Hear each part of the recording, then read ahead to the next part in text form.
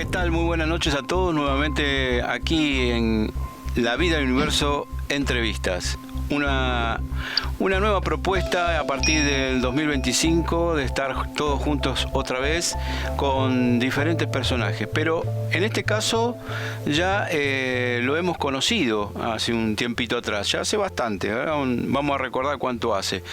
Y voy a saludar a mi colaborador. ¿Cómo estás, Rubén? Gracias por esta posibilidad de verlo de vuelta a este personaje que ahora lo vamos a presentar.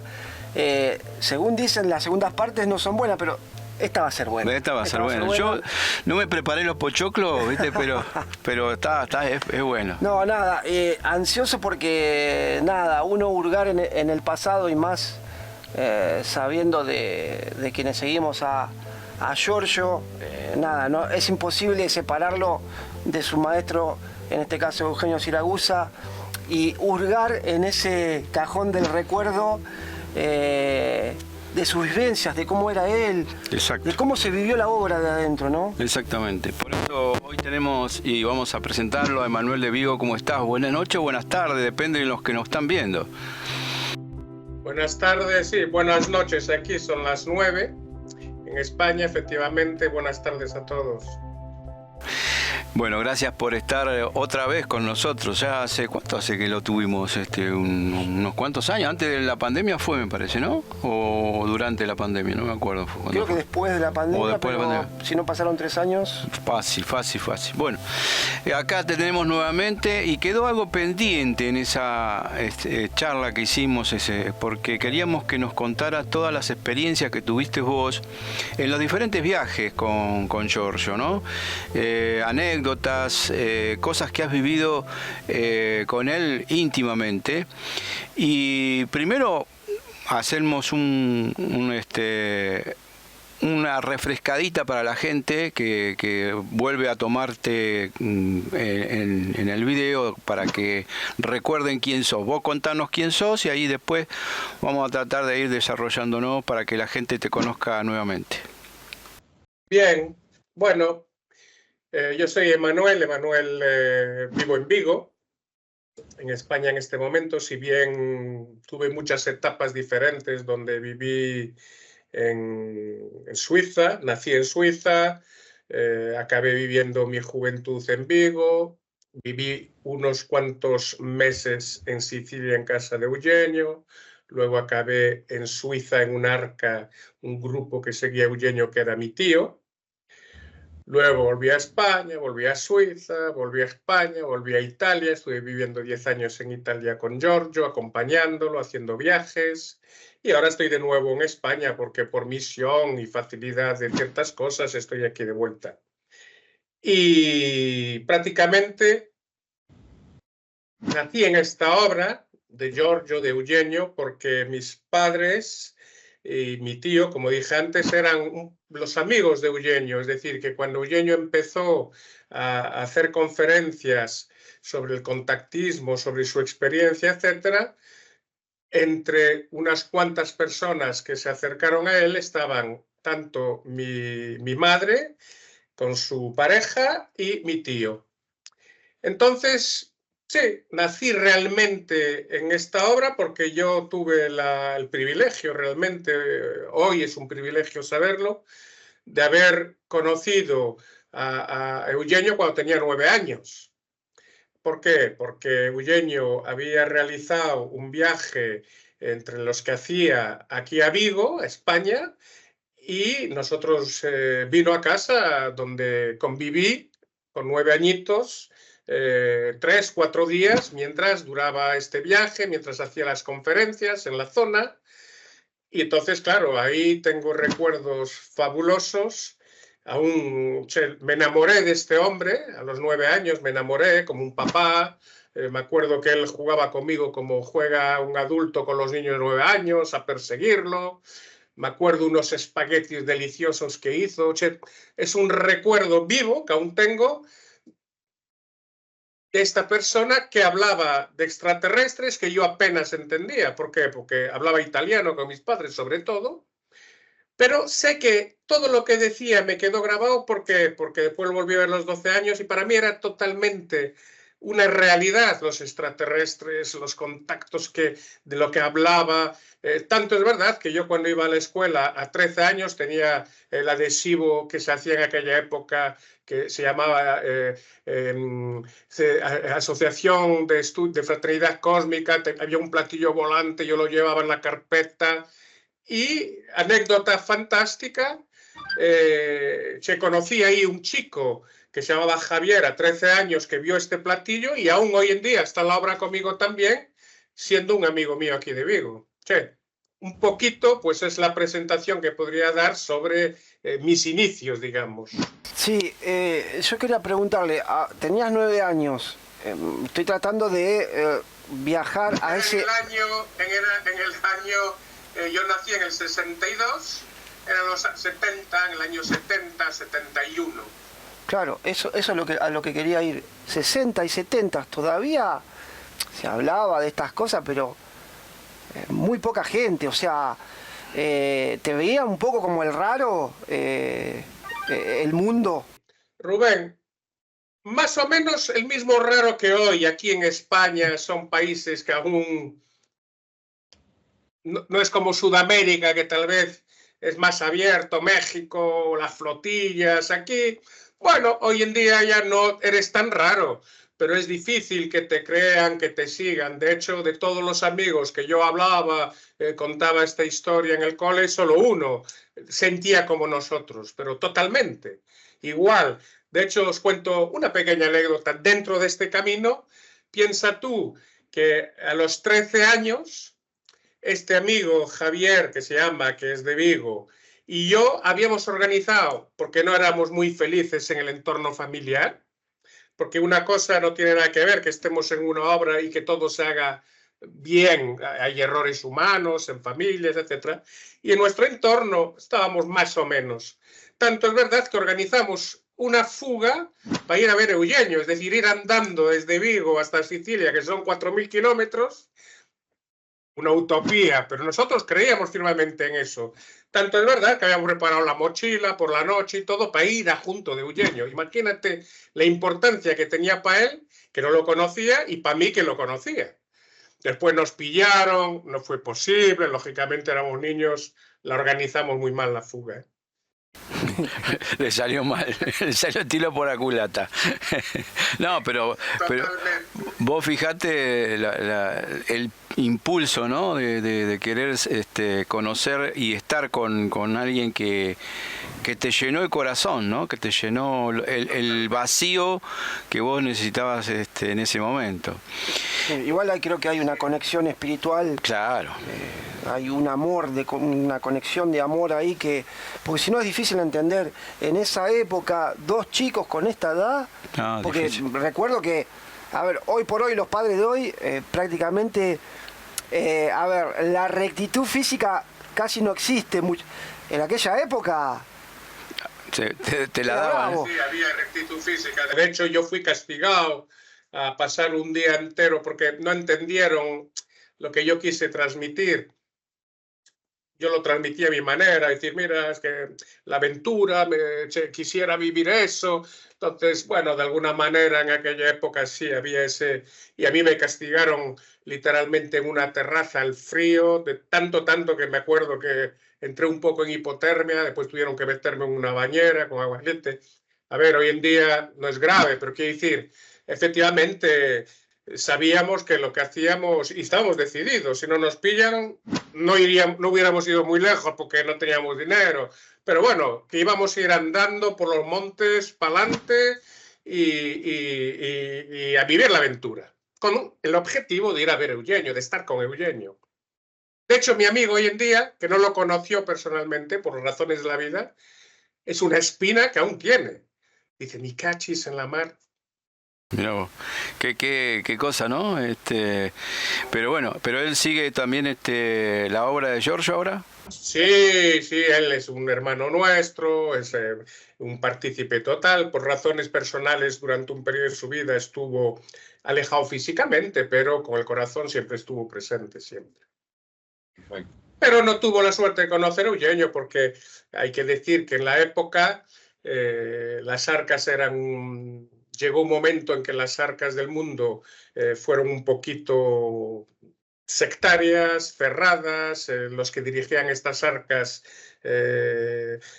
habían entrado en ese proceso un poco de que solo se podía pasar a Eugenio a través de ellos, entonces él vivió esa época y era muy difícil llegar a Eugenio a menos que no lo conocieras como yo, que tuve la suerte que podía llamarlo, no se le podía decir gran cosa porque él había vivido con él, me había sacado de una situación difícil de la juventud, donde yo había entrado por despecho, por reacción contra ciertas cosas que veía. Entonces, bueno, ahí a mí no se me impidió mucho, pero era difícil, se te reprochaba si hablabas con Eugenio casi prácticamente. Entonces le quedó esa espina, porque él hacía parte de una arca que era así y obedecía más o menos. Después se fue Eugenio y ya fue demasiado tarde. Giorgio cambió toda esa estructura de arca de la época, hizo una perestroika, digamos, totalmente. Movilizó todos los pilares, ¿no? Por ahí los pilares que estaban fuertes en ese sentido. Efectivamente, él volvió a las raíces de lo que era Eugenio.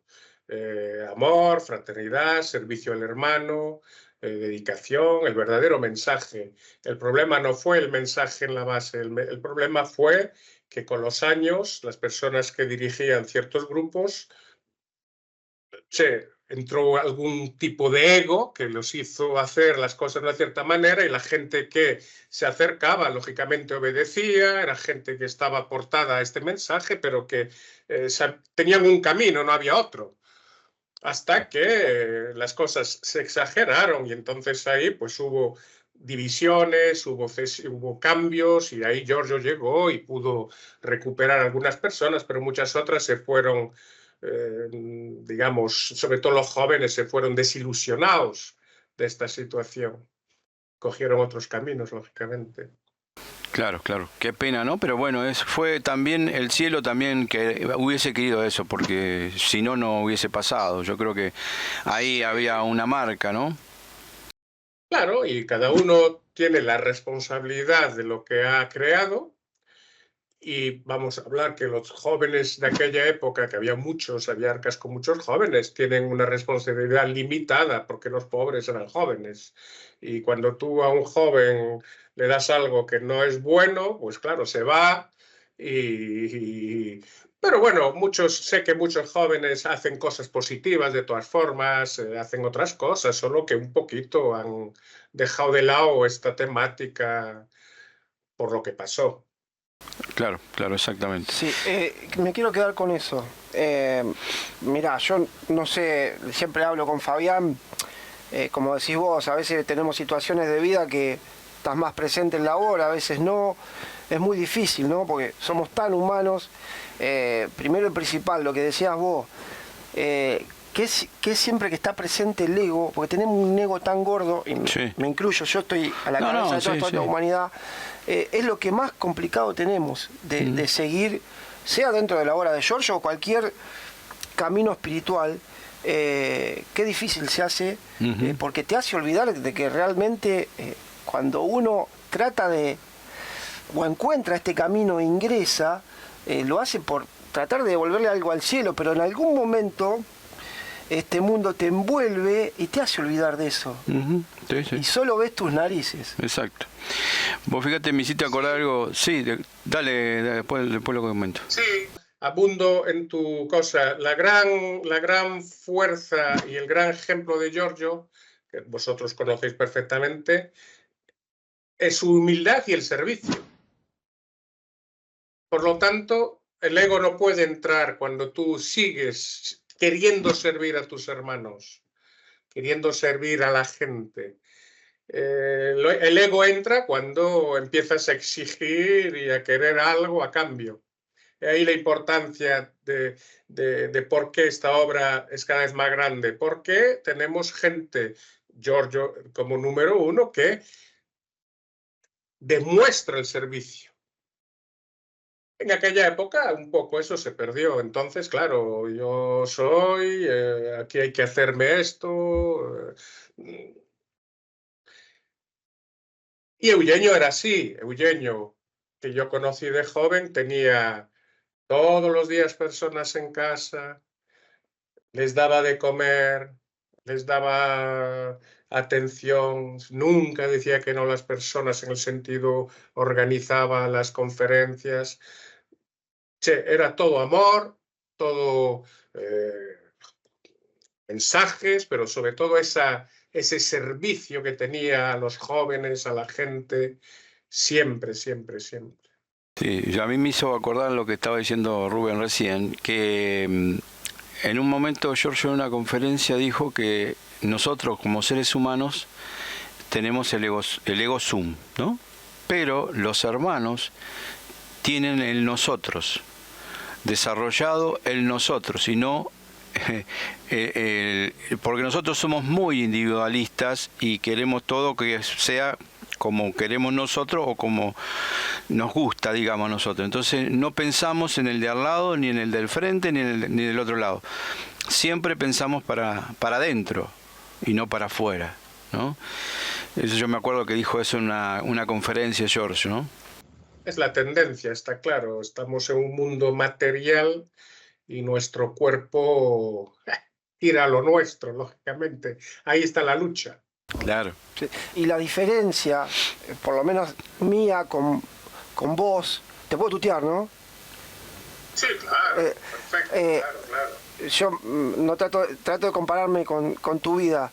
Vos creciste dentro de este lineamiento, de siendo parte de ese océano, de ese conocimiento nuevo. Yo en cambio vengo desde afuera, ¿no? Es como que me metía dentro de esa pecera y cuesta romper esa estructura que tenemos de sentir y de pensar como individuo, ¿no? Y en cambio lo que decís vos, esta gente piensa en el todo. Claro. Me parece fácil, pero realmente no lo es. Sí, lo que pasa es que somos muy, como dijo Giorgio, ¿no? El ego sum nos está bloqueando de alguna manera. Lo tenemos para desarrollarnos, pero no lo tenemos desarrollado como correctamente para pensar en lo demás. Lo pensamos para nosotros, para adentro, ¿no? Pero bueno, sí, ¿querés agregar algo? Agregá. No, sí, está claro, pero bueno, ahí estamos. Lo importante es luchar contra uno mismo, contra sus propios egoísmos, ir para adelante, a veces fallamos, oye, pero sí, lo importante es perseverar, seguir, y al final es como todo, es un entrenamiento. Hay una frase que siempre Giorgio nos decía, Eugenio nos decía, el camino, y bueno, Giorgio también lo dice, lógicamente, cuando tienes que escoger algo, el camino más difícil suele ser el más correcto. Tus decisiones, el que más te cuesta. Claro. Estoy cansado, puedo hacer dos cosas, quedarme sentado, que es más fácil, o levantarme y ayudar a los hermanos a labrar el campo. El más fácil es el malo, el levantarse y cansarte es el más difícil, pero es el correcto. Casi todo en la vida es así. Casi todas las decisiones. Bueno, vamos a introducirnos un poco en los viajes, ¿eh? ¿Te parece, Manuel? En los viajes perfecto. Vamos a ir en el tiempo. ¿Cuál fue el primer viaje que hiciste con Giorgio? Y si nos podés contar anécdotas que pasaron ahí. Sí, vamos a ver, el primer viaje, digamos, vamos a decir internacional. Ahora no podría decirte cuál fue el primero. Te puedo decir cosas que sucedieron en algún viaje, que no sé si es el primero, el segundo, el cuarto.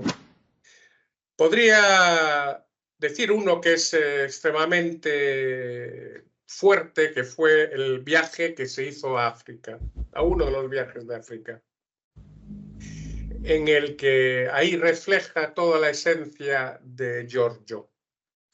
¿Por qué refleja la esencia de Giorgio? Porque fuimos a una África que era un país extremadamente violento, donde había un dictador en aquella época que se llamaba Mobutu, que se llamaba en ese país, hoy se llama República Democrática del Congo, Madre mía. Democrática del Congo, que en aquella época se llamaba Zaire.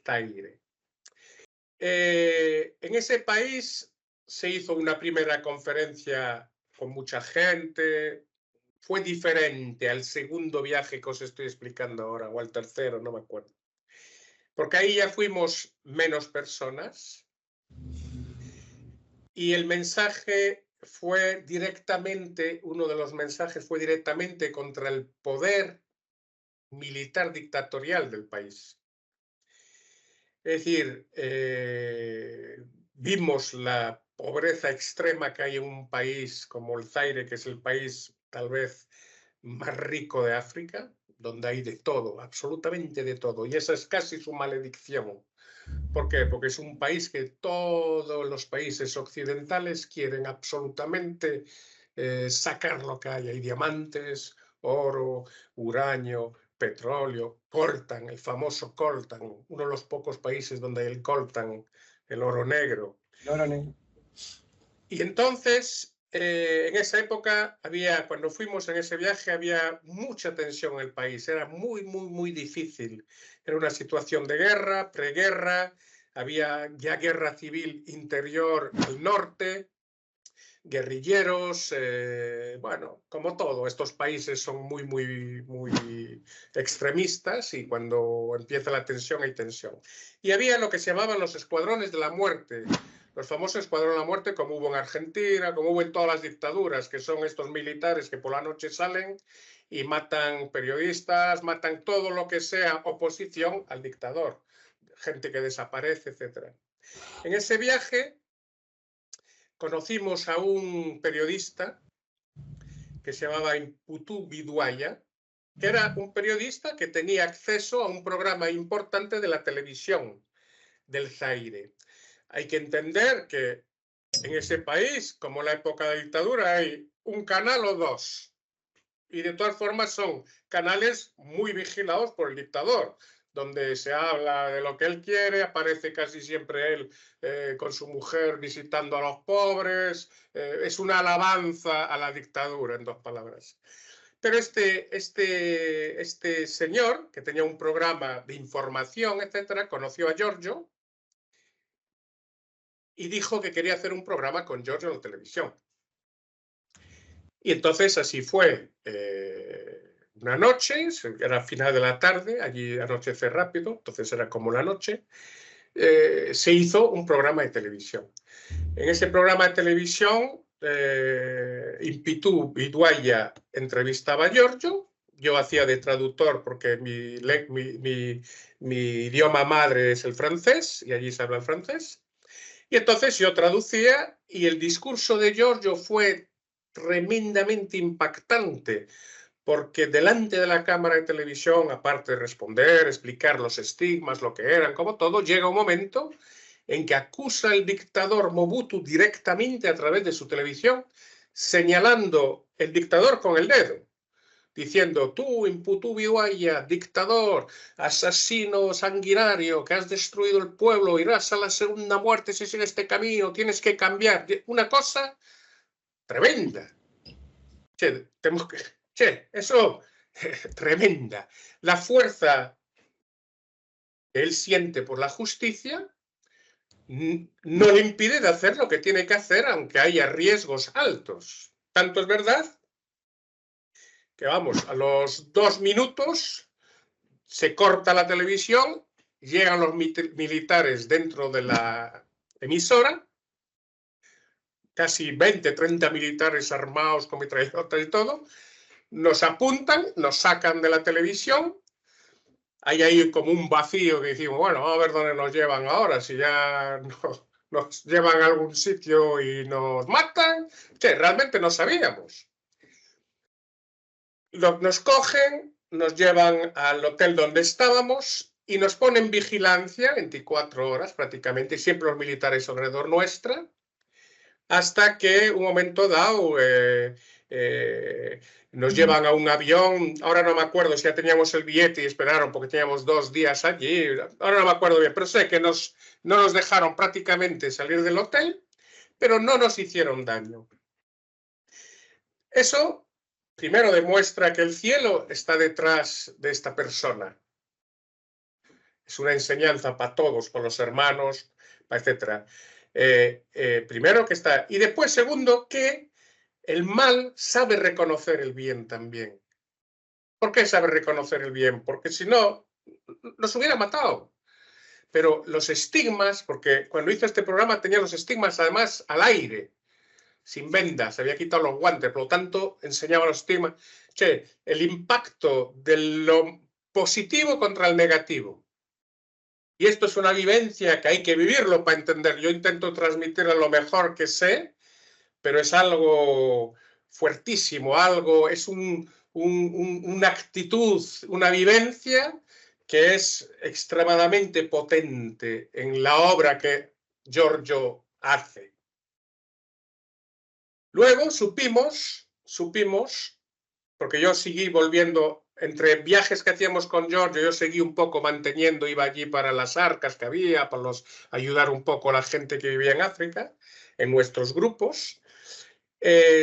Conocí a uno de los servicios secretos que nos contó que efectivamente Mobutu estaba impresionado por los estigmas y que por eso no actuó. No actuó. Sí, sabía reconocer que ahí detrás había un signo potente. Porque el mal sabe reconocer el bien. Exacto.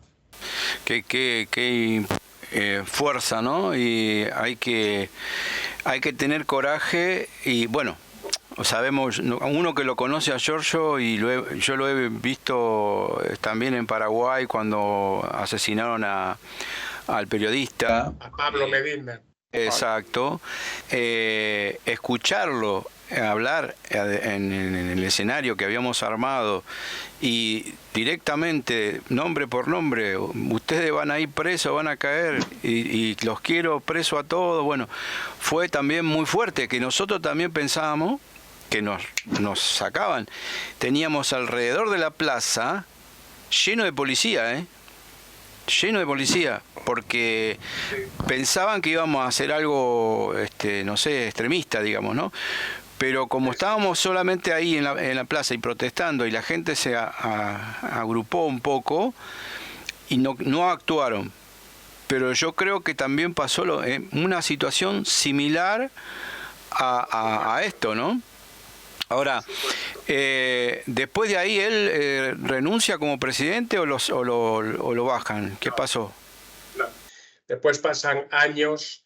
Nosotros de todas formas seguimos yendo en varias ocasiones. Se hizo conferencias en el mismo estadio, en el mismo estadio donde muchos años antes había un presidente antes de Mobutu que se llamaba Patrice Lumumba y era un nacionalista, alguien que iba a cambiar el Zaire, que había hecho un discurso que realmente maravilloso, un señor presidente como Allende, alguien que quería su pueblo y que quería cambiar.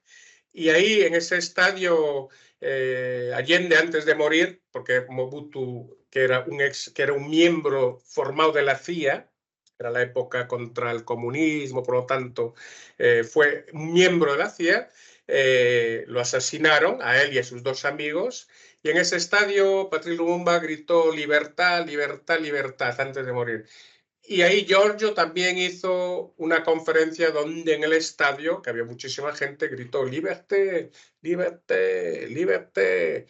Y se siguió haciendo viajes, sobre todo de apoyo a los hermanos, conferencias y todo, pero no, a Mobutu después ya le dio igual, no teníamos acceso a la televisión, lógicamente, eso sí que se había terminado.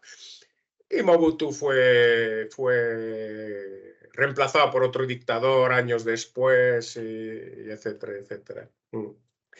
Pero ahí, pues eso es uno de los viajes importantes. Lógicamente, mira, otra anécdota que también es muy fuerte, porque sucedió, esto sí que sucedió en Aurora, en vuestra zona, entre Argentina, Uruguay, Aurora, que fue cuando Giorgio ya tenía los estigmas en las manos, en los pies y en el costado. Y entonces es un viaje que se efectuó donde había mucha gente que lo acompañó, entre cuales estaba yo también. Y esa noche pues tuvimos avistamientos en Aurora, efectivamente, estuvimos allí, vimos los platillos volantes, pero se veían de noche, eran puntos luminosos que bajaban, que entraban, porque hay una entrada, ¿no? Allí. Y un momento dado hay una de las astronaves que nos hizo destellos. Giorgio lo saludó, dijo, si sois vosotros, hacer destellos, hicieron destellos y tal, y se fue. Y en ese momento Giorgio dijo que esa noche iba a pasar algo, que iba a pasar algo. Entonces nosotros, bueno, no sabíamos lo que podía ser. Lógicamente, oye, vendrán los extraterrestres, vendrá una nave más grande, yo qué sé, no sabemos. Y era ya tarde por la noche, eran a lo mejor, sí, las 2 de la mañana, ya era muy tarde, habíamos cenado y habíamos estado ahí en esos campos. Vamos a un hotelito allí cerca, etcétera. Y bueno, el tiempo de llegar, de casi ponerse el pijama, por decir, una ducha y echarse, acostarse, ¿qué sucede? Que nos llama Giorgio. Y Giorgio tiene el estigma en la frente, la cruz, que ahora nos lleva. Claro, nadie se lo podía esperar, ya tenía todos los estigmas, no sabíamos, pero aparece esta cruz. Sangrante, todo sangrando, abierta. Es chocante, porque es muy grande, está en la frente. Él mismo está chocado de este estigma, porque recibe también el mensaje de que tiene que llevarla al descubierto. Todo el mundo tiene que verla. Entonces imagínate una cruz sangrante en la frente, ir por ahí en la calle, como es algo que de impacto no... Entonces, ¿qué pasa? Nos despedimos de nuevo de él después de que haya sangrado todo. Para irnos al día siguiente tenemos que ir de retorno a Montevideo, porque la televisión que había entrevistado Giorgio unos días antes estaba sin la cruz, se organiza porque ahora tiene la cruz. Pero por la mañana, es decir, unas horas después, nos encontramos con Giorgio sin la cruz de nuevo. Es decir, desaparecida completamente. Eso lo vio. Una hora y media antes, 2, con la cruz. Primero sin la cruz y ahora sin la cruz. Y ahí nos dice, ahí está la parte humana también de ese momento. Él dice, de alguna manera, estos seres que dan la cruz, el padre, quien sea, sintió desagio, sintió que él no estaba como preparado para llevar esa cruz, le daba como vergüenza, como dificultad hacerlo. Y entonces se lo quitaron de inmediato. Luego él aceptó, dijo, no, que sea tu voluntad, padre, si tengo que llevar esto, tengo que llevarlo, y le volvió prácticamente a aparecer antes de llegar a Montevideo. Es decir, eso es una vivencia increíble, porque lo ves de tus propios ojos. Tremendo y cicatrizado sin ninguna marca, ¿no es cierto? Nada, como lo tiene hoy. Sí, Exacto. Un ligero color blanquecino en la piel, como tú, si apoyas así un poco fuerte, pues se te hace así un... Pero nada, sin cicatriz, nada. Y una hora y media antes, sangrando, una crosta inmensa, vamos, como lo hemos conocido en las fotos que se puedan ver del pasado. Exacto, sí, la verdad es impresionante tu experiencia y qué impacto, ¿no? Al ver la imagen de él, tremendo. Y qué difícil debe ser para Manuel, un chico, como decíamos, que creció con todo esto, y de golpe después tener que salir contra este mundo que va todo el tiempo para contramano. Sí. Debe ser muy... Por un lado, te da unas herramientas tremendas para darte fuerza para sobrellevar cualquier obstáculo que te surja, pero a la vez también a veces me imagino que te puede haber pasado desilusionarte por la humanidad que te rodea, y vos decís, están todos yendo para allá, que está el precipicio, pues muchacho, eso debe ser difícil, Emanuel, ¿no? Hombre, lógicamente es difícil, hay tristeza, pero la misma que puedas tener tú, que eres consciente de que el mundo va como va, Claro que hay tristeza, pero también sabemos que al final es una cuestión de evolución interior.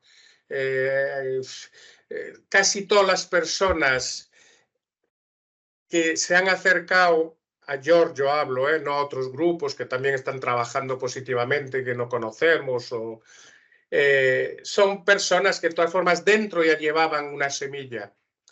Se llevaban, era solo despertar. Tanto es verdad que Javier vio este adhesivo, ¡pum! Y enseguida, yo siento, mi mujer, Charo, nos conocimos a los 16 años, ella nunca había hablado de esto porque, bueno, no hablaba de esto. Le dije, hola, Charo, se llama, yo creo en la vida pasada, en los extraterrestres. Ah, yo también. Y hasta hoy, que es un despertar. Que en realidad lo llevamos dentro. Todas las personas que no entienden, que no siguen, no lo llevan dentro en lo que es en nuestro grupo. Otros sitios no hace falta ni siquiera creer en esto. Tienen otra misión, son gente que trabaja a favor de la vida, laicos, da igual, porque al final hacen igual o más que nosotros en muchos casos. Pero en nuestro caso, nuestro entorno es gente así. La tristeza que la humanidad, la mayoría de la humanidad no comprende, no cambia. Claro que es triste, pero es triste para todos.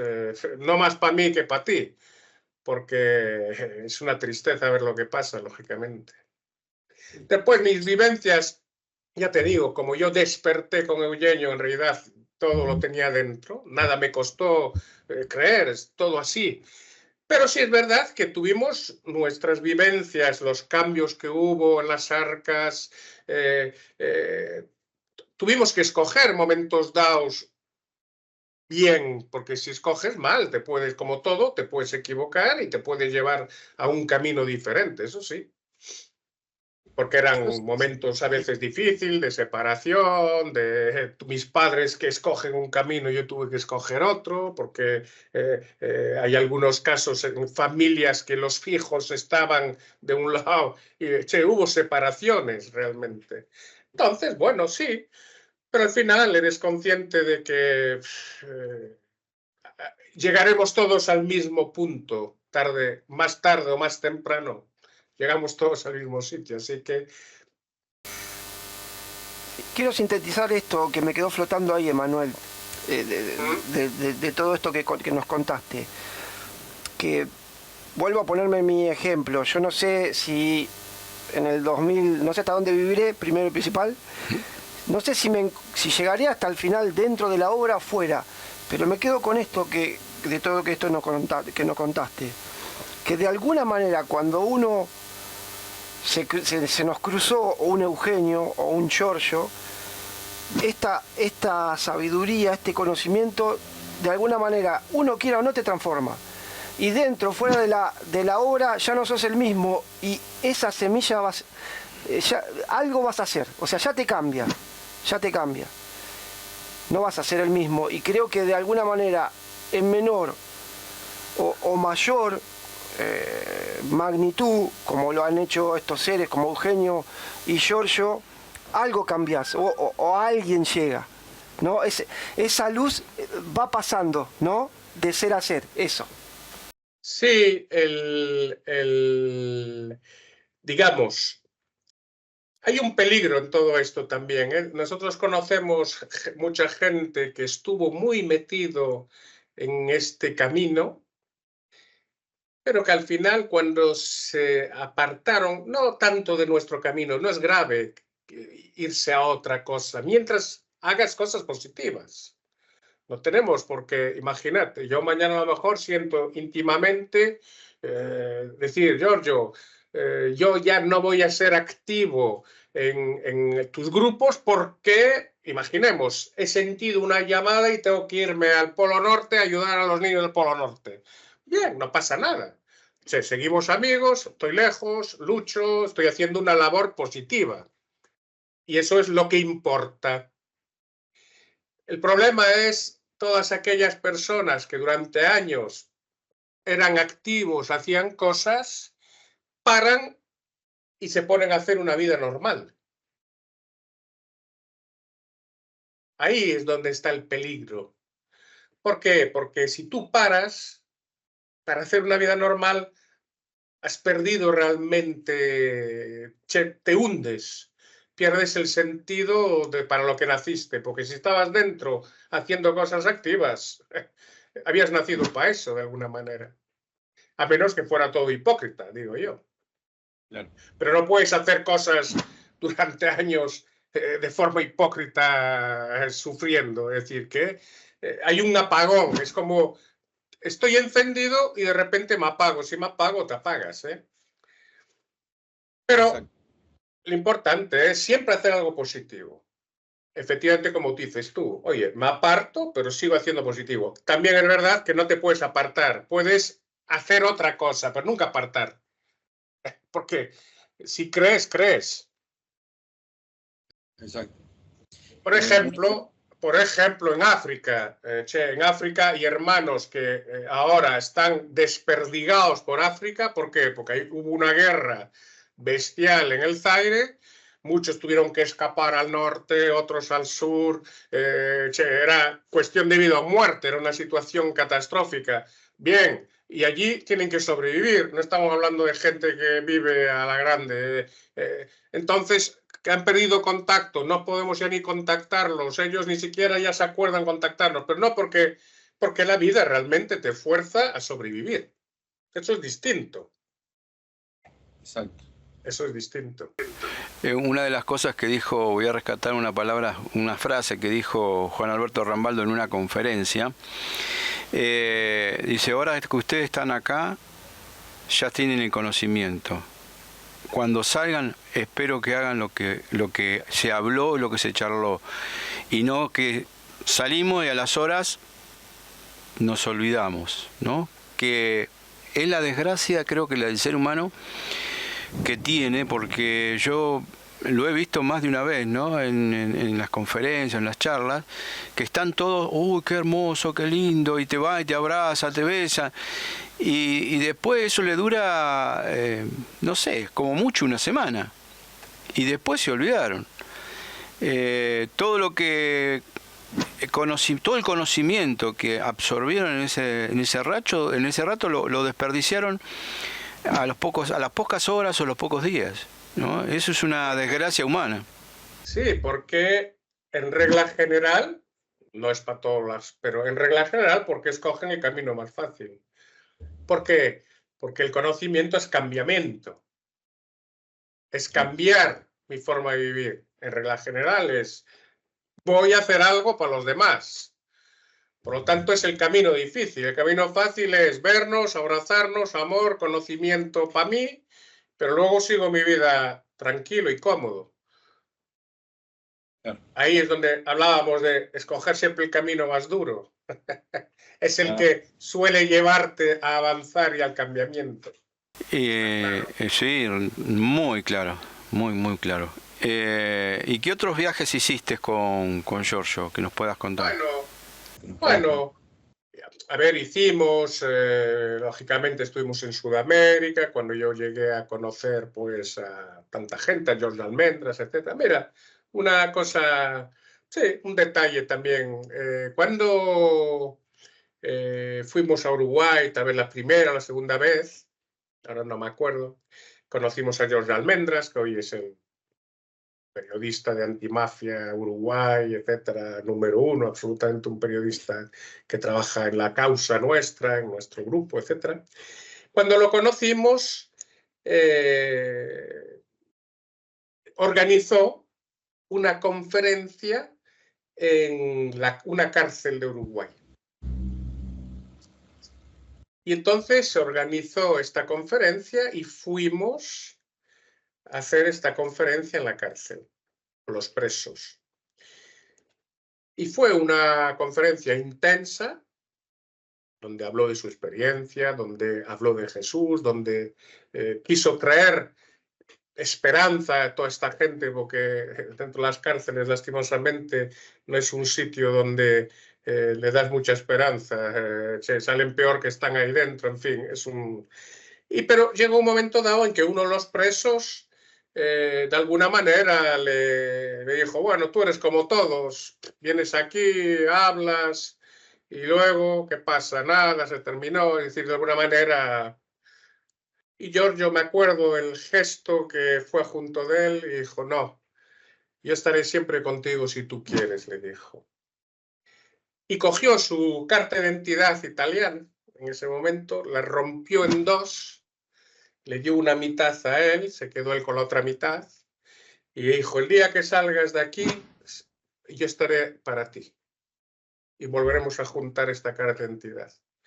Y así fue. Después de muchos años, este chico salió de la cárcel, lo llamó, juntaron la carta de identidad y este chico hizo su familia, se formó y de alguna manera sigue con Giorgio. Eso es bonito, precioso fue. No lo sabía la historia, no la sabía. Es impresionante. Vos fijate, ¿no? Qué sacudón también para en ese lugar, porque también es una energía muy densa, una energía donde hay mucha gente, no solo que ha ido a robar, sino asesinado, ¿no? O sea, hay lo que te pinta, digamos, ¿no? Había, a ver, ahora no me puedo, la mente a veces con los años también, ¿no? Pero yo creo que había al menos 80, 90, 100 presos allí en las salas, si no es más. Fueron invitados, quien quería podía participar. Y había pintas de estas pintas que no son como las películas, rapaos, que puedes tener la tendencia a pensar que son violentos, que a lo mejor no lo son, que solo es una apariencia física, pero no es que no eran monjitas así, tranquilas, quiero decir. Pero allí fue el discurso y fue muy bonito. Y eso, cuidado, lo aplaudieron todos en la cárcel, porque los presos al final son de palabra también, dentro de las cosas que han hecho, hay que entenderlo. Algunos han llegado ahí por mala suerte en la vida, es tan difícil. Y creo que también, que ahí a lo mejor una de las personas que también están con Giorgio a nivel organizativo y todo, la conoció también en la cárcel. Y es una persona muy cercana a nosotros, que no quiero decir el nombre porque a lo mejor no tiene que ser la persona que lo diga. No quiero meter la pata en ese sentido. Yo sé quién es, lo dijo, pero en privado. Sí. Lo dijo en privado, pero no sabemos si lo podemos decir. Sí, tal cual. O él lo conoció en la cárcel. Es decir, que él visitó en los viajes todos los sitios, el Bañado en Paraguay, la zona más vieja, lo acompañamos a visitar los sitios donde nadie va, donde la policía no quiere entrar, va a los sitios donde realmente la gente necesita ver una persona que realmente representa lo que representa, con los estigmas. Y él siempre ha ido a todos los sitios. Mira, yo siempre digo que cuando estuvimos en estos sitios, en África, por ejemplo, pero en Paraguay, etcétera, donde hay un calor extremo, donde se suda, donde hay un contacto físico de cientos de personas que te abrazan, sudadas, donde vas en coches sucios, autobuses con 20 personas porque no hay dinero y íbamos como latas de sardinas. Giorgio el primero. Hay una diferencia sustancial entre él y los que viajábamos con él. Y es que nosotros, lo primero que podíamos hacer cuando llegábamos al hotel, por muy simple y humilde que fuera, nos podíamos duchar. Y él ni siquiera.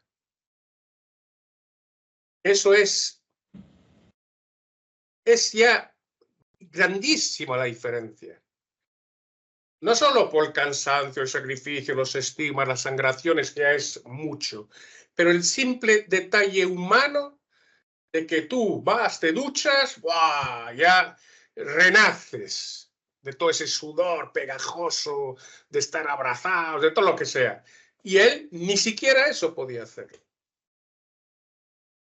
Sí, debemos Pero aclarar. nunca se ha quejado, nunca, siempre con la sonrisa, siempre. Exacto. Aclaramos porque con los estigmas no puede bañarse simplemente. Debajo del agua, ducharse. Claro, solamente puede. Una vez, baño sí, justo, no tanto por eso, es por el dolor que le causa el agua. Che, una vez, después de muchos años, en casa de un amigo que tenía una piscinita, se le convenció de que venga, que joder, llevaba una vida. Dijo, mira, métete al menos hasta la cintura, te ponemos unas bolsas en los pies bien cerradas con scotch, como cuando... Y dijo, hacía calor, era verano, intentó sinceramente hacerlo. ¿Qué pasa? Que el simple hecho de entrar un poco en el agua, la presión del agua en los pies no podía aguantarla, tenía que salir por el dolor. Y la ducha es exactamente lo mismo. Aparte la dificultad de poner todas las bolsas, que en países así no las tienes. Y entonces nada, él se tenía que lavar pues con una esponjita, servilletas húmedas. Tremendo. Pero aún así jamás se desprendía olor de rosas cuando sangraba. Yo lo sé, mucha gente, pero cuando sangraba era olor de rosas. Un perfume de rosas. Eso es otra de las anécdotas que también a mí me pasó presenciar dos sanguinaciones. En la primera prácticamente cuando me dejaron entrar, bueno, que caí prácticamente de rodillas porque era la energía que sentía y la potencia ahí adentro era impresionante. Ni siquiera mirarlo, porque digo, no soy digno de ver semejante ser crucificado, porque él estaba prácticamente en la cama crucificado ahí, sangrando, y fue muy fuerte, pero no, en las dos ocasiones no sentí el olor a rosas, ¿vos sabés? Que no es tampoco todas las veces. No es todas las veces, no, efectivamente.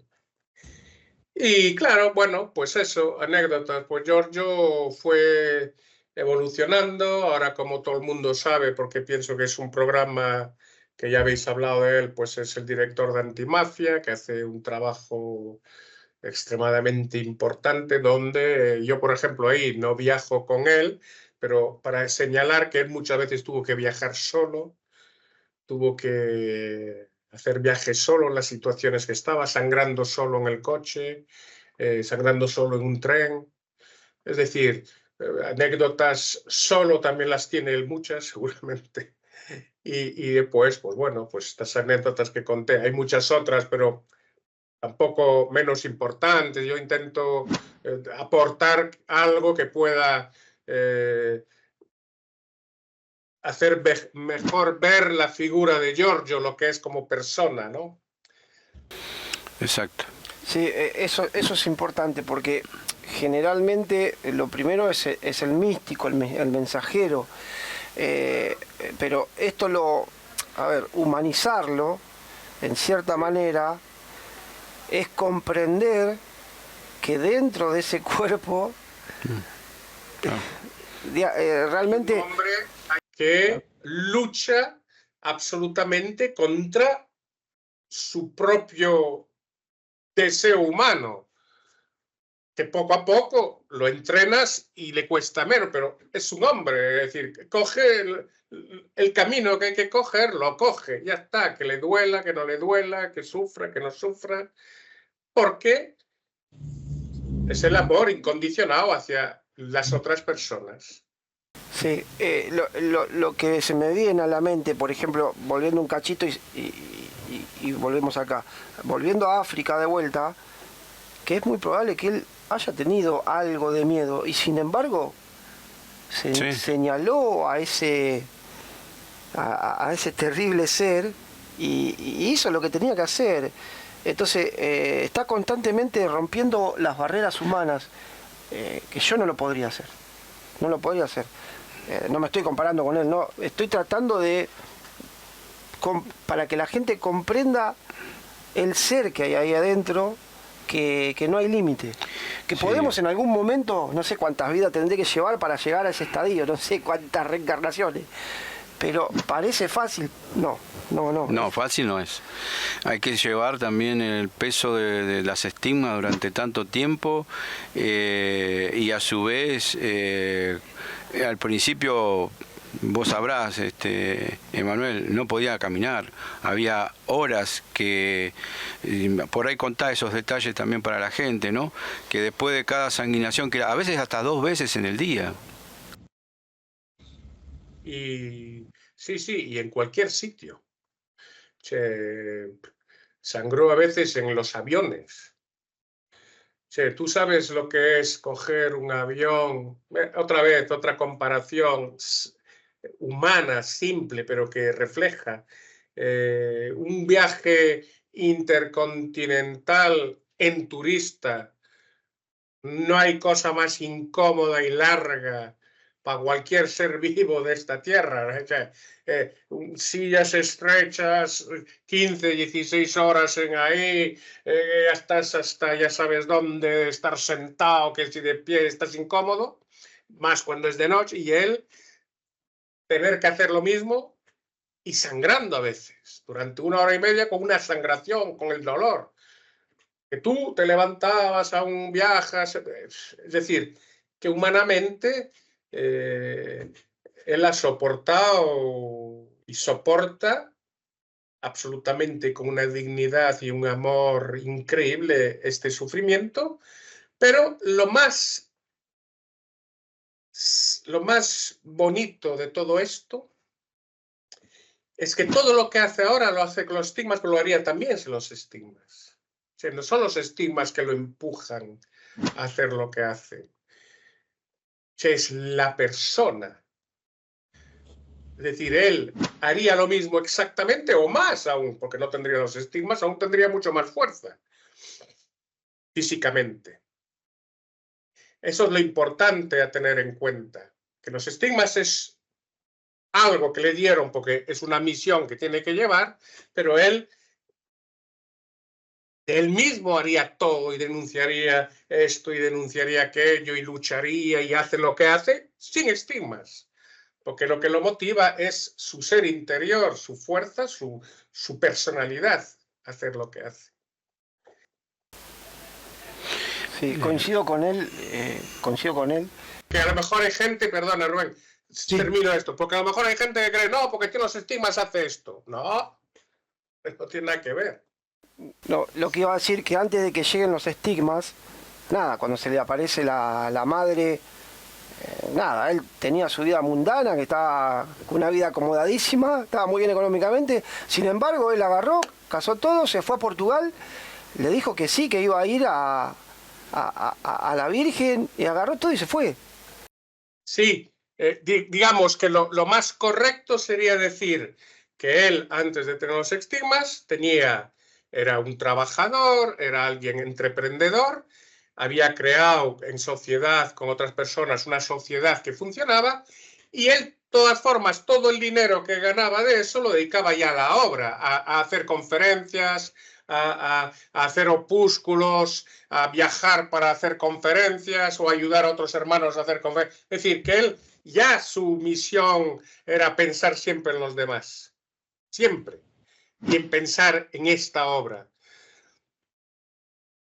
Cuando le caen los estigmas, tiene que cambiar, tiene que dejar su trabajo por fuerza de... Pero iba a trabajar al principio, con los estigmas en las manos iba a trabajar. Hasta el propio socio le dijo, no, ya no puedes, ¿cómo estás? Poco a poco la vida, está claro que lo llevaba a otro camino. Pero él hasta en eso era serio, muy serio, que no quería dejar mal a su socio. Compromiso.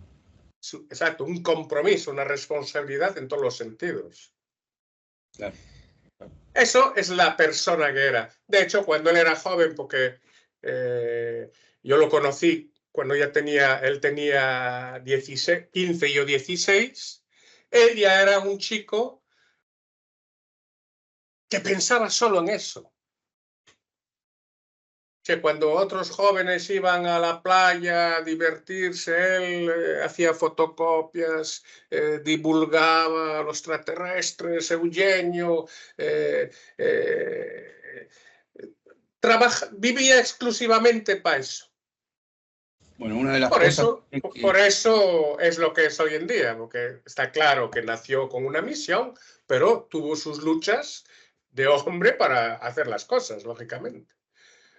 Escogió siempre caminos de sacrificio y de luchas igualmente. Bueno, una de las luchas que hizo fue cuando Eugenio estuvo preso, que estaba en la puerta de la cárcel. Creo que él era más chico, ¿no? Más de 10 años o 12 años.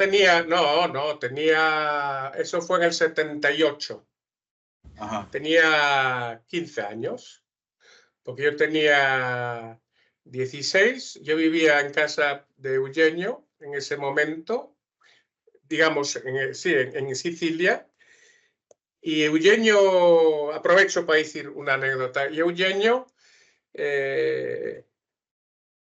hizo una última cena, vamos a decirlo así, hizo una última cena, y en esa última cena había casi todos los jóvenes de la época que estaban alrededor de él, etcétera, entre cuales estaban los americanos Leslie Kelly. Y me acuerdo que dijo exactamente: esto es como la última cena, aquí hay alguien que me está traicionando. No dijo el nombre, pero él sabía lo que iba a pasar, Eugenio. Tanto es verdad que él, en ese momento, organiza, justamente con mi tío, lo llama a Suiza, le dice que venga a Sicilia, y me pregunta si yo estoy de acuerdo de ir a Suiza con él. Es decir, que él, para protegerme de la situación que se va a crear en Sicilia con él, me aleja hacia Suiza. ¿Por qué? Porque yo allí no tenía nada. Si él desaparece, muchísimos jóvenes tuvieron miedo, desaparecieron, un poquito como la última cena, resentimientos que a lo mejor gente que tenía o miedo sobre todo lo abandonaron. Y Giorgio, con Filippo y con pocos jóvenes de la época, fueron los que iban delante de la cárcel a protestar y a sostener a Eugenio. Yo en aquella época estaba en Suiza, no tuve la posibilidad de ir, pero sí que hice una carta de testimonio para decir que era una injusticia porque él me había ayudado, etcétera, como un padre, etcétera, etcétera, etcétera. Y pocas personas efectivamente lo apoyaron en aquella época. Y Giorgio tenía 15 años y fue uno de ellos. Eso fue también fuerte, muy fuerte también para Giorgio también, ¿no? Porque quitarle su maestro, yo creo que fue muy fuerte, un sacudón enorme. Claro. El arresto duró 3-4 meses. También fue una época de muchos avistamientos encima de la cárcel. Hay un montón de recortes de periódicos de la época donde hubo una serie de avistamientos, vamos, inmensa, hasta encima de la cárcel. Platillos volantes encima. Al final, bueno, lo liberaron absuelto completamente porque fue un montaje de los americanos con la logia P2 de la época, porque molestaba lo que hacía, lo que decía, y de alguna manera, pues querían eliminarlo, pero lógicamente ahí en este caso la justicia triunfa enseguida. Sí, bueno, la mano del cielo también estaba puesta ahí, ¿no? Por supuesto, la misión y el destino tenía que ser así, lógicamente. Ahora, ¿será verdad que hubo seres caminando en la cárcel, seres grises o...? Sí. Ahora hay un artículo que me acuerdo haber leído en aquella época y todo, donde un carcelero pidió literalmente el cambio de cárcel porque veía estos seres que acompañaban a Eugenio. y tenía un miedo terrible y pedía, y salió un artículo donde decía que él quería irse porque había visto seres que lo acompañaban. Nada más ni nada menos. Intentaron envenenarlo también a Eugenio en la cárcel. ¿Ahí en la cárcel? Intentaron matarlo, sí. Upa, mirá. Pero él fue protegido, claro, por estos seres. Y a partir de ahí, pues salió. Mira, cuando salió, yo tuve la suerte de bajar con mi tío Dino y estar ahí cuando él vivía se había sacado de la cárcel, no tenía derecho de ir al domicilio donde vivía en ese momento, sino que tenía que vivir en donde vivía su mujer, digamos, su exmujer. Y ahí estaba, sí. Tremendo. No, son vivencias internas fuertes. Está claro que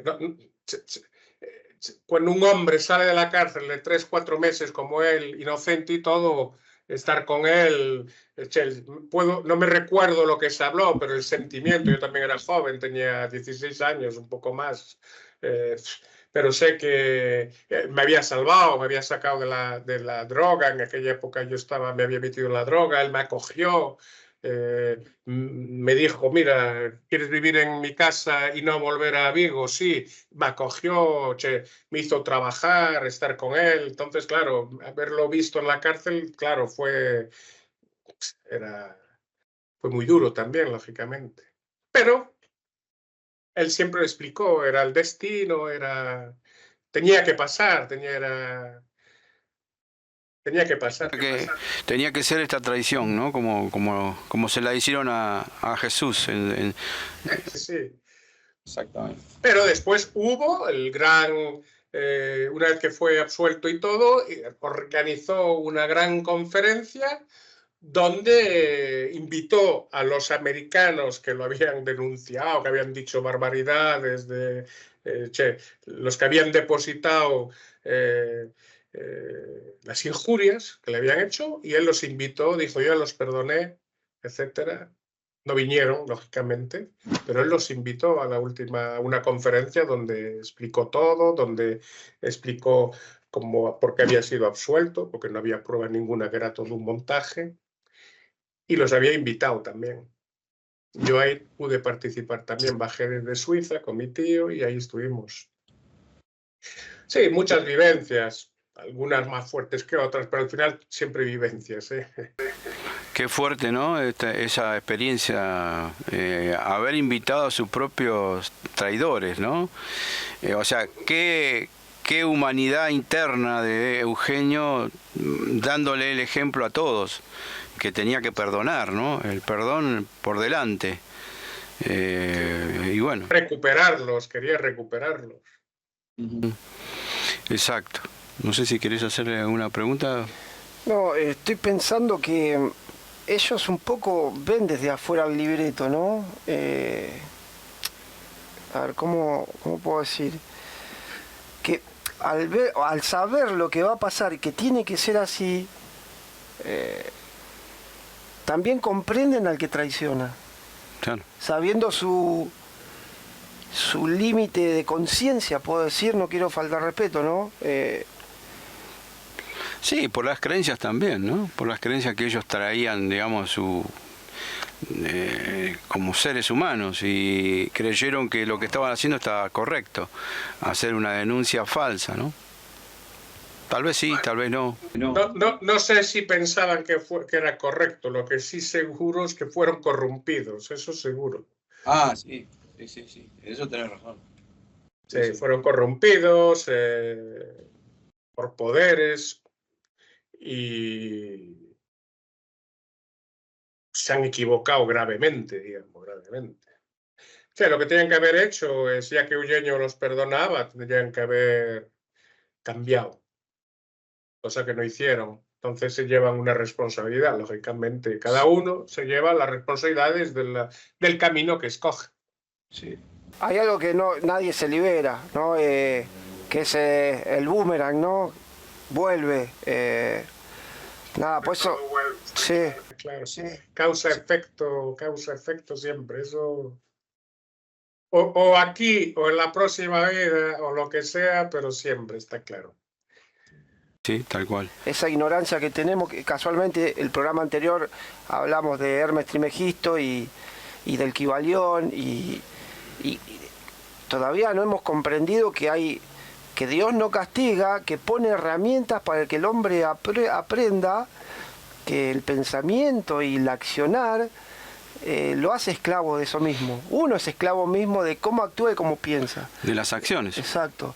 Entonces, todavía, cuando descubramos esto, bueno, obviamente esta humanidad se va a liberar y ascenderemos, pero mientras no queramos comprender todo esto, seguiremos siendo esclavos de nosotros mismos, ¿no? Exacto. Sí, el mensaje que podríamos, ya que más o menos llegamos al final, el mensaje para quien nos escucha, que es nuevo o que alguna vez os escuchó o lo que sea, hay que ser abiertos de mente, ya para empezar, lo primero. Ser abiertos de mente, escuchar, estudiar y luego la lógica, si somos lógicos y tenemos las pruebas suficientes que nos llevan a ver las cosas porque somos abiertos de mente, es raro que nos equivoquemos, porque vamos a escoger bien.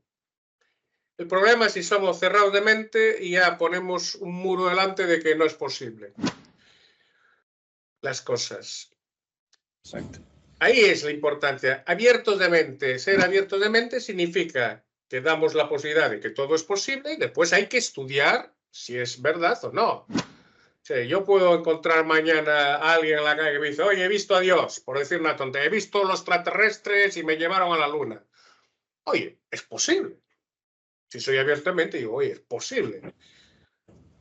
Vamos a ver, lo estudiamos, hay pruebas, no hay pruebas, hiciste fotos, no hiciste fotos, ¿qué te dijeron?